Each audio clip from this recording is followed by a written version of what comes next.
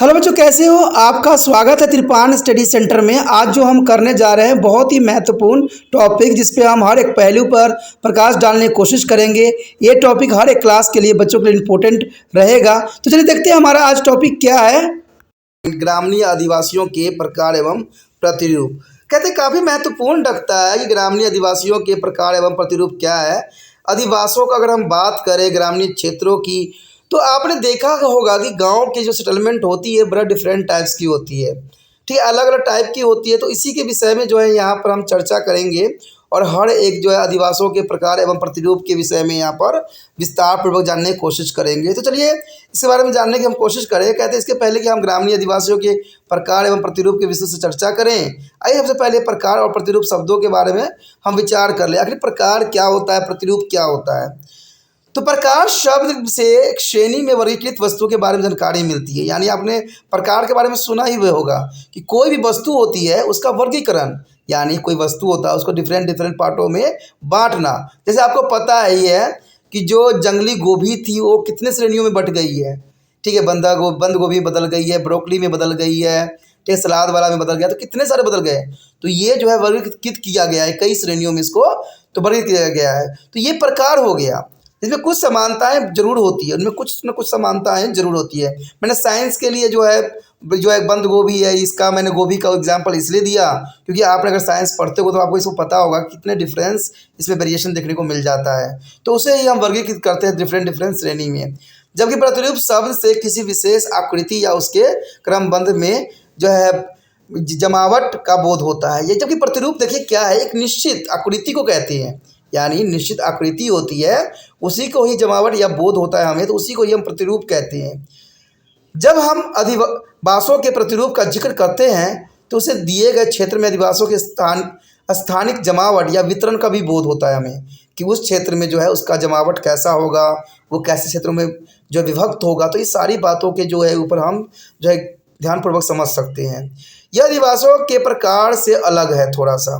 कहते हैं ये आदिवासियों के प्रकार से थोड़ा अलग रहेगा, ये जरूरी भी है क्योंकि आदिवासियों के प्रकारों से हमें उनके स्थानीय बसावट गुणों के बोध भी होता है कि वो लोग किस प्रकार जो है वहाँ पर निवास करते हैं, उनका रहन सहन किस प्रकार होती है, तो इसका भी हमें जो है बोध हो जाती है। अर्थात आदिवासियों के प्रत्येक इकाई को आदिवासियों गुणों के बारे में भी जानकारी हमें मिलती है कि आदिवासी जो होते हैं उनके गुण किस प्रकार के हैं, तो इसके बारे में हमें इससे इन्फॉर्मेशन जो है सुचारू रूप से अपर्याप्त मिलती है। यद्यपि कई बार प्रकार एवं प्रतिरूप को एक दूसरे के अर्थों में प्रयोग भी किया जा चुका है, लेकिन यहाँ हम केवल प्रतिरूपों पर ही चर्चा करेंगे। जहाँ तक ग्रामीण आदिवासियों का प्रकार का संबंध है, यह आवासों के वितरण के अंश को दर्शाता है। तो चलिए हम देखते हैं कि ग्रामीण आदिवासियों के प्रकार कितने हैं और कैसे इसको जो है विस्तृत किया गया है। अगर हम बात करें ग्रामीण आदिवासियों के प्रकार के, तो कहते हैं भूगोलवेत्ताओं ने जो है आदिवासियों के वर्गीकृत करने के लिए अनेक युक्तियां सुझाई है। यानी कहते हैं अगर जिस चैप्टर में जिस क्लास के बारे में पढ़ोगे, जैसे पढ़ोगे वहाँ पर अपने अपने विचारधारा होती है, लेकिन सबका जो है यहाँ भूगोल के अंतर्गत इसको जो है जो युक्ति सुझाने की कोशिश किया गया है। यदि देश में विद्वान सभी प्रकार के आदिवासियों के वर्गीकृत करना चाहें तो इन्हें 4 श्रेणियों में मुख्य बांटा गया है। तो 4 श्रेणी कुछ इस तरह है: सदन, शहद केंद्रीय अधिवास, दूसरा है अर्ध सदन, पहले सदन है, दूसरा है अर्ध सदन यानी अर्ध सह विखंडित अधिवास, तीसरा जो कहता है पल्ली पुरावा अधिवास और चौथा जो है प्रक्रिया एवं परिचित अधिवास। तो ये चारों जो है काफ़ी महत्वपूर्ण है। आइए इन सारे जो है चारों के जो है विस्तार पूर्वक चर्चा करें और इसके हर एक पहलू में हर एक बातों को जुड़े हुए बातों को अध्ययन करने की कोशिश करें। तो सबसे पहले हम सदन अधिवास के विषय में विस्तार पूर्वक चर्चा करेंगे। चलिए कॉम्पैक्ट जो है सेटलमेंट के विषय में हम चर्चा करें। यदि हम सदन अधिवास के विषय में बात करें तो कहते हैं जैसे कि नाम से ही ये स्पष्ट है कि अधिवासियों में मकान पास पास सटकर बने होते हैं। अगर आपने देखा होगा तो इस शहरों में काफ़ी दिखता है, लेकिन हम गांव की बात कर रहे हैं तो गांव में भी इस तरह के पैटर्न देखने को मिलता है जहां पर मकान पास पास सटकर बने होते हैं। इसलिए ऐसे अधिवासियों में सारे आवास किसी एक केंद्रीय स्थल पर केंद्रित हो जाता है और आदिवासी क्षेत्र से खेतों एवं चरगाहों से अलग ही होते हैं। हमारे देश के अधिकांश आवास इस श्रेणी के अंतर्गत ही आते हैं। आप गाँव में चले जाओ तो देखोगे एक जाति के व्यक्ति जो है सट के जो है उनके मकान बने हुए होते हैं। ऐसे अधिवास देश के प्रत्येक भाग में मिल जाते हैं और इस अधिवासियों का जो वितरण समस्त उत्तर गंगा सिंध मैदान, उत्तर पश्चिम पंजाब से लेकर पूर्व में पश्चिम बंगाल तक इस तरह से देखने को मिल जाएगा। इवन कि उड़ीसा तट हो, छत्तीसगढ़ राज्य, महानदी घाटी क्षेत्र, आंध्र प्रदेश के तटबंधीय क्षेत्र और कावेरी डेल्टा क्षेत्र, तमिलनाडु के क्षेत्र हो, कर्नाटक के मैदानी क्षेत्र और असम के त्रिपुरा निचले क्षेत्र जो है, शिवालिक घाटियाँ भी इसमें सम्मिलित है, क्योंकि ये क्षेत्र हर जगह आपको सघन अधिवास मिल ही जाएंगे।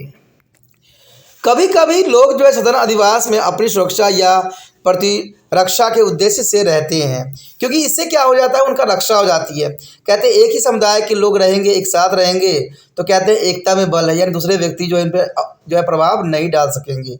लेकिन आज के समय थोड़ा सा बदला हुआ है, उसके विषय में हम आगे चर्चा करेंगे। ऐसे अधिवासियों से बड़े ही सुंदर उदाहरण मध्य प्रदेश और उत्तर प्रदेश के बुंदेलखंड क्षेत्र में हमें मिलता है। देखिए अच्छा, यहाँ पर सबसे सुंदर उदाहरण जो है मध्य प्रदेश और उत्तर प्रदेश के जो है उत्तर प्रदेश के बुंदेलखंड क्षेत्र मिलते हैं। राजस्थान में भी लोग सघन अधिवास जो है कृषि योग्य भूमि की उपलब्धता तथा पेयजल की कमी के कारण भी रहते हैं, ताकि उपलब्धता जो है प्राकृतिक संसाधनों का जो है अधिकतम उपयोग कर सके। जो प्राकृतिक संसाधन है उसका अधिकतम सम प्रयोग करने के लिए ऐसा करते हैं कि एक जगह इकट्ठा रहने से ये काफ़ी जो है सुरक्षित भी रहते हैं। इस प्रकार के अधिवासों में 30 से लेकर कई सौ मकानों की संहिता होती है, जिनके कार्य, आकृति एवं आकार का विभिन्न विभिन्न होते हैं। औसतन इन अधिवासों में राजस्थान के विरल बसे क्षेत्रों में 500 से 2500 व्यक्तियों से लेकर सघन बसे गंगा मैदान में 10,000 व्यक्तियों से अधिक भी रह सकते हैं। अक्सर ऐसे सघन अधिवासों में अधिवासियों के जो है इकाइयों की बनावट एवं जो है बसहाट तथा उसके बीच गली एवं सड़कों के विन्यास में एक निश्चित जो है प्रतिरूप होती है।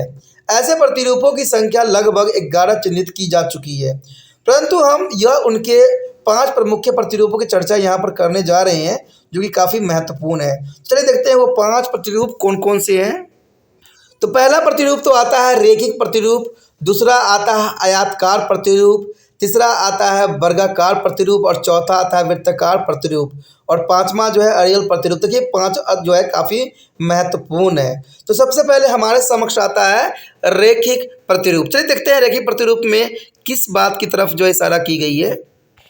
देखिए रेखिक जो है प्रतिरूप इस प्रकार के अधिवास बहुलतः मुख्य जो है मार्ग, रेलवे और जो है रेल मार्गों और नदियों के इत्यादि किनारे बसे जाते हैं। ये तो ये मैक्सिमम ये देखने को आपको मिलेगा कि मुख्य मार्ग या रेल मार्गों के, नदियों के जो है इत्यादि किनारे बस जाते हैं और इसमें मुख्य रेखा के सहारे एक श्रृंखला में श्रेणीबद्ध मकान हो सकते हैं। यानी ये जो होते हैं एक श्रेणीबद्ध जो है मकान होते हैं, श्रृंखला के अंतर्गत होते हैं। उदाहरण के लिए ऐसे ग्रामीण अधिवास सागर तट, नदी घाटियाँ एवं पर्वत श्रृंखलाएं के सहारे पाए जाते हैं। तो ये क्षेत्र जो रेखिक प्रतिरूप है काफ़ी महत्वपूर्ण अपना स्थान रखता है। उसके पश्चात आता है आयताकार प्रतिरूप। देखिए यह एक बहुत ही सामान्य प्रकार है जो कृषि जोतों के चारों ओर विकसित होते हैं। जहाँ पर कृषि के लिए ज़मीन होता है उसके चारों ओर जो होते हैं लोग इस तरह के आयताकार प्रतिरूप तैयार करते हैं। वर्गाकार खंड पर जो आधारित भूमि जो है बंदोबस्त पर ही यह आधारित होती है और इसमें सड़कें आयताकार होती है जो एक दूसरे को समकोण भी काटती है। यानी सड़कें जो है आयताकार होती है और एक दूसरे को कैसे काटती है, समकोण काटती है। गांव के अंदर की सड़कें भी आयताकार क्षेत्र के अनुरूप ही उत्तर दक्षिण और पूर्वी पश्चिम दिशाओं में आती जाती है। महाराष्ट्र एवं आंध्र प्रदेश के तटीय क्षेत्रों में अरावली पहाड़ियों में ऐसे आदिवासी उदाहरण मिल सकते हैं। तो काफ़ी महत्वपूर्ण है यहाँ पर महाराष्ट्र एवं आंध्र प्रदेश के तटीय और अरावली पहाड़ी में आदिवासियों के उदाहरण। उसके पश्चात आता है वर्गाकार प्रतिरूप। देखिए ये आयताकार प्रतिरूप एक विभिन्न प्रकार के हैं। यानी देखा जाए तो यह आयताकार प्रतिरूप का एक विभिन्न प्रकार है और ऐसे अधिवास मुख्यतः जो पगडंडियों एवं सड़कों के मिलने स्थल से संबंधित होते हैं। आप देखे भी होंगे कि जहाँ पर सड़कें जो मिलती है, सड़कें बने होते हैं, वहीं पर जो है इस प्रकार के मकान जो है सेटलमेंट बनाई जाती है। सड़कों के मिलने एवं स्थल संबंधित होते हैं और ऐसे अधिवासों का जो है संबंध कभी कभी गाँव का विस्तार जो है जो उपलब्ध चौकोर वर्गाकार क्षेत्र में ही करने की बाध्यता से भी होती है। यानी आपने देखा होगा गांव के जो घर बने होते हैं वो चौराहों के आसपास काफ़ी अच्छा रहता है और काफ़ी ज़रूरी भी रहता है। आगे है हमारा वृत्ताकार प्रतिरूप। चलिए देखते हैं वृत्ताकार प्रतिरूप में क्या बताया गया है। देखिए वृत्तकार प्रतिरूप जो है काफ़ी महत्वपूर्ण है, यानी यमुना के ऊपरी दोआब क्षेत्र या कहें हम यमुना पार के जिलों में, तो कहते हैं मलवाब क्षेत्र पंजाब गुजरात राज्यों के अंतर्गत बड़े ग्रामीणों में सघन आबादी के कारण आवासीय इकाई बहुत अधिक सटकर बसी हुई है। यानी देखा जाए तो पंजाब गुजरात राज्यों के क्षेत्र जो हैं यहाँ पर आवासीय जो इकाई है बहुत सट सट कर बसी हुई है। मकानों की बाहरी दीवारें आपस में सटी होने से यह एक श्रृंखलाबंद साधारण इकाई जैसा जो है लगता भी है, और इस प्रकार के जो है वित्तकार स्वरूप भूतकाल में सुरक्षा की दृष्टि से मकानों की अधिकतम संकीर्ण का परिणाम भी है। और आपने देखा भी होगा ये पंजाब के क्षेत्रों में काफ़ी बनाई जाती है। ठीक है, पंजाब में देखोगे तो एक ही दीवार के दो मालिक हो जाते हैं। तो इस तरह के वित्तकार प्रतिरूप जो है आपको पंजाब और गुजरात क्षेत्रों में देखने को मिल जाएगा, जो कि काफ़ी महत्वपूर्ण है। आगे है अड़ियल त्रिज्या प्रतिरूप। तो चलिए अड़ियल त्रिज्या प्रतिरूप देखते हैं कैसी है। देखिए यहाँ पर जो है अड़ियल त्रिज्या प्रतिरूप है, तो इस प्रकार के प्रतिरूप में कई सड़कें एवं गलियाँ किसी केंद्रीय स्थान जैसे जल का स्रोत या तालाब कुआं मंदिर मस्जिद व्यावसायिक गतिविधियों का केंद्र या केवल खुली जगह की ओर प्रमुखता होती है। यानी अड़ियल त्रिज्या प्रतिरूप जो होती है उन क्षेत्रों में ये बनाई जाती है जहाँ पर तालाब कुआं मंदिर मस्जिद आदि जो है और या व्यवसाय की गतिविधियाँ होती है। तो इस जगह जो है बनाना सेटलमेंट बहुत काफ़ी इंपॉर्टेंट रह जाता है। इसलिए गलियाँ एक सामान्य केंद्र से जो है विकसित लगती है, और इस प्रकार के अंधविश्वासों के उदाहरण है जो है गुरु शिखर के पास माउंट आबू मेरा स्थान और विंध्याचल उत्तर प्रदेश। तो ये काफ़ी महत्वपूर्ण रहता है। अब चलिए देखते हैं दूसरा पॉइंट जो अर्ध सदन विश्व जो है अधिवास क्या है। चलिए देखते हैं आगे जो है अर्ध सदन अधिवास। अर्ध सदन अधिवास बहुत ही काफ़ी महत्वपूर्ण रहता है सेटलमेंट के अंतर्गत। कहते हैं जैसे कि शीर्षक से ही स्पष्ट है कि आवास पूरी तरह से संगठित नहीं होते हैं। यानी अर्ध सदन अधिवास का मतलब यही होता है कि जो आवास होती है वो पूरी तरह से संगठित नहीं होती है, और इस प्रकार के अधिवास में जो है नाभिकीय रूप से सदन छोटी वसाहट होती है, यानी छोटी सी ही परिवार होते हैं इसमें, जिसके चारों ओर पल्ली पुराव और प्रक्रिया रूप से बसे हुए रहते हैं। यानी कि छोटा सा जगह होता है, वहाँ पर काफ़ी आसपास जो है व्यक्ति सब अपना घर बना के अपना बसेरा बना के रहते हैं। ये शहर अधिवासों की तुलना में ज़्यादा स्थान घेरते हैं। ऐसे अधिवास मैदानी और पठारी भागों में स्थानीय पर्यावरणीय स्थिति के आधार पर पाए भी जाते हैं। तो ये काफ़ी महत्वपूर्ण है कि स्थानीय पर्यावरणीय स्थितियों के आधार पर ये पाए जाते हैं। ऐसे अधिवास मणिपुर में जो है नदियों के सहारे, मध्य प्रदेश के मंडला और बालाघाट जिले तथा छत्तीसगढ़ के रायगढ़ जिलों में भी देखने को मिलता है, और विभिन्न जनजाति छोटा नागपुर क्षेत्र में ऐसे अधिवास बनाकर रहते भी हैं। तो छोटा नागपुर जो है काफ़ी महत्वपूर्ण है औद्योगिक क्षेत्र के लिए, तो यहाँ पर जो है अर्ध सदन अधिवास ही बनाकर जो है लोग वहाँ पर रहते हैं। तो ये काफ़ी महत्वपूर्ण बातों की तरफ जो है बात बताई गई है यहाँ पर। सदन अधिवासों को जो है सामान्य असदन अधिवासों को भी कई विभिन्न प्रतिरूप होते हैं, और कुछ प्रतिरूप यहाँ दिया भी गया है। एक तो है चौक पट्टी प्रतिरूप। देखिए चौक पट्टी प्रतिरूप एक अलग ही अधिवासी होती है, एक बड़ी हुई आयताकार प्रतिरूप है और एक पंखाकार प्रतिरूप है।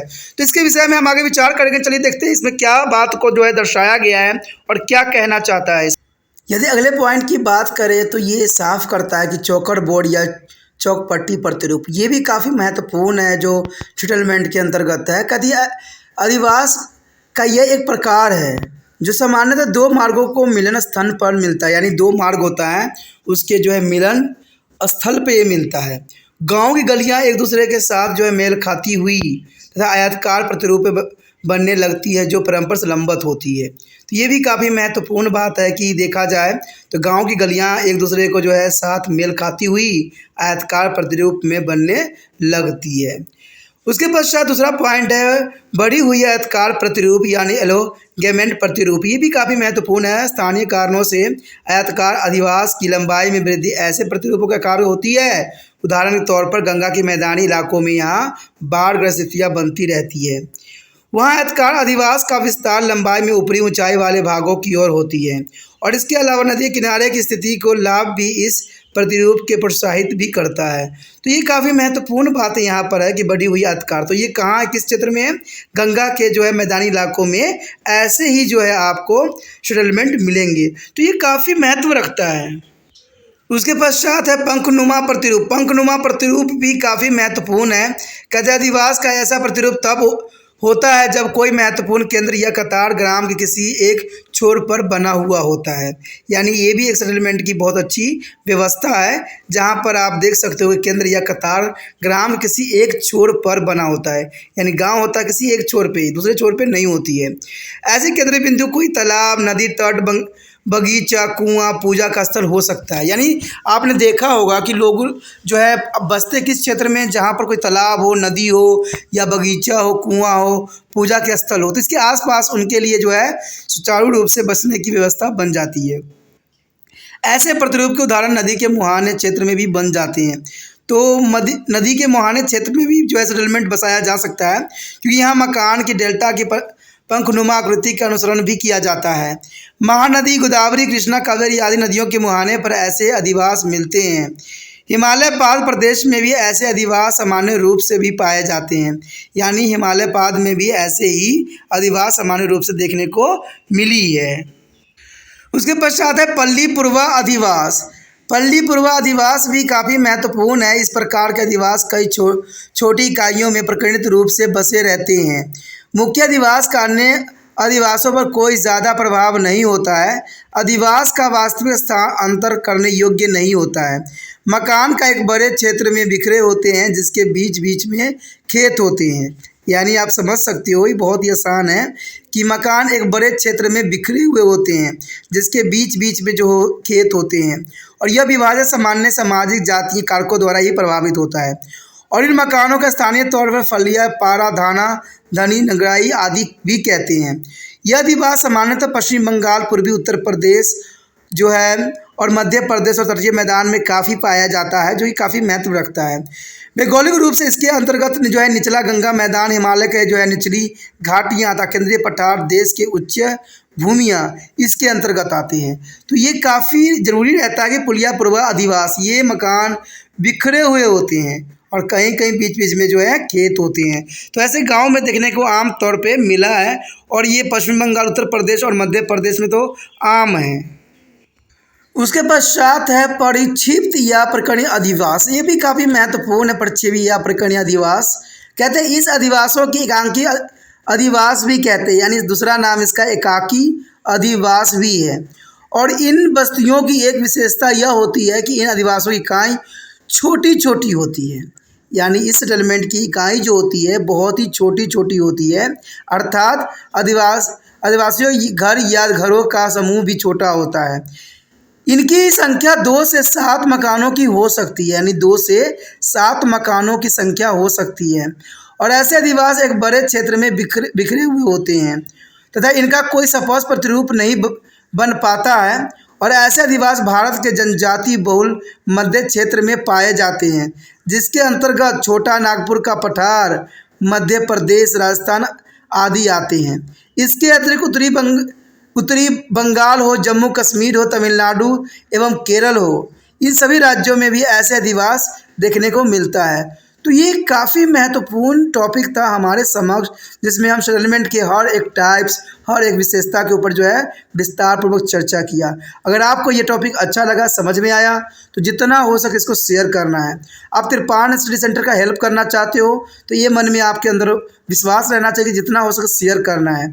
और शेयर करने के लिए कुछ नहीं करना है, यूट्यूब से लिंक को कॉपी करना है और व्हाट्सअप स्टेटस पर लगा देना है। देखिए दोस्तों, तब तक आप शेयर नहीं कीजिएगा तब तक ये वीडियो दूसरे बच्चों तक पहुँच नहीं पाएगा, और ये बच्चे जो है इन वीडियो से अनभिज्ञ रह जाएंगे। कई बच्चे मुझे ये लिखते हैं कि आपका वीडियो हमें पता नहीं था, चैनल के बारे में नॉलेज नहीं है, तो क्या पता आप उसके माध्यम बन जाओ। तो कहते हैं अच्छे कार्य करने के लिए सोचने की आवश्यकता नहीं होता है, ठीक है। सोचना नहीं है, यूट्यूब से लिंक को कॉपी करना है और व्हाट्सएप स्टेटस पे लगा देना है। अगर पहली बार वीडियो देख रहे थे चैनल को जरूर सब्सक्राइब कर लीजिए, क्योंकि सब्सक्राइब नहीं कीजिएगा तो आने वाला वीडियो का नोटिफिकेशन भी नहीं प्राप्त होगा। बाद में कोई टॉपिक अगर यूट्यूब पर रिसर्च कीजिएगा तो शायद दूर दूर तक तिरपान स्टडी सेंटर नज़र ना आए। इससे अच्छा है कि चैनल को सब्सक्राइब करके अपने मोबाइल में सेव कर लीजिए। जब आप सेव कर लीजिएगा तो आपको जो है प्लेलिस्ट का ऑप्शन मिल जाएगा, जहाँ पर सारे वीडियो जो है सब्जेक्ट वाइज, टॉपिक वाइज और आपका जो है देखा जाए तो क्लास वाइज सारे वीडियो उपलब्ध हैं, जिस क्लास से पढ़ते हो, क्योंकि यहाँ पर जो है 8th क्लास से लेके MA तक के बच्चों के लिए सभी वीडियो उपलब्ध है, ठीक है। सोचना नहीं है, सब्सक्राइब अभी करना है। अगर कुछ विचार रखना चाहते हो, कुछ बताना चाहते हो, कुछ जो है बदलाव चाहते हो और कुछ और भी जानना चाहते हो तो कमेंट अवश्य कीजिए।